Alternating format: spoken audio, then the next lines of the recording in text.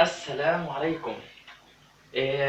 انا جاي النهارده مش على اساس ان انا هعمل فيديو زي كل مره والكلام من ده، بس انا جاي لك يعني بما ان ما عادش غير يعني ايام قليله جدا. يجي دلوقتي الايام بتقرب عن الميد ترم، لسه يجي 3 ايام ولا حاجه ولا 4 ايام.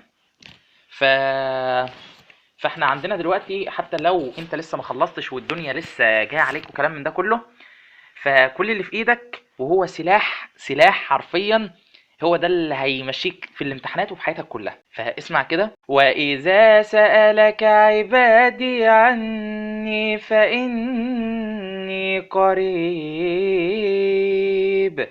أجيب دعوة الداع إذا دعان فليستجيبوا لي وليؤمنوا بي لعلهم يرشدون.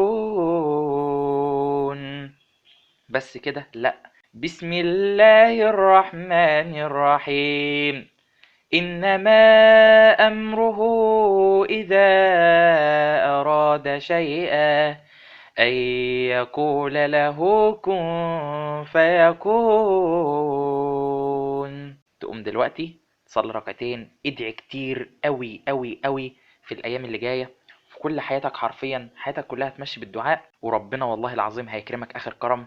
فما تيأسش. ويلا دلوقتي حتى لو انت محبط ومش قادر انك تذاكر، قوم دلوقتي صلي ركعتين واقعد. هفضل اقول لك كل مره صلي ركعتين وقوم اقعد. انت حياتك كلها هتمشي بربنا بس. والله العظيم ما في حد في حياتك هيقدر بص، هو كل حاجه بقدره ربنا. فيلا قوم، ومش هضيع وقتك كتير. وانا كمان برضو مش عايز اضيع وقت، فيلا سلام.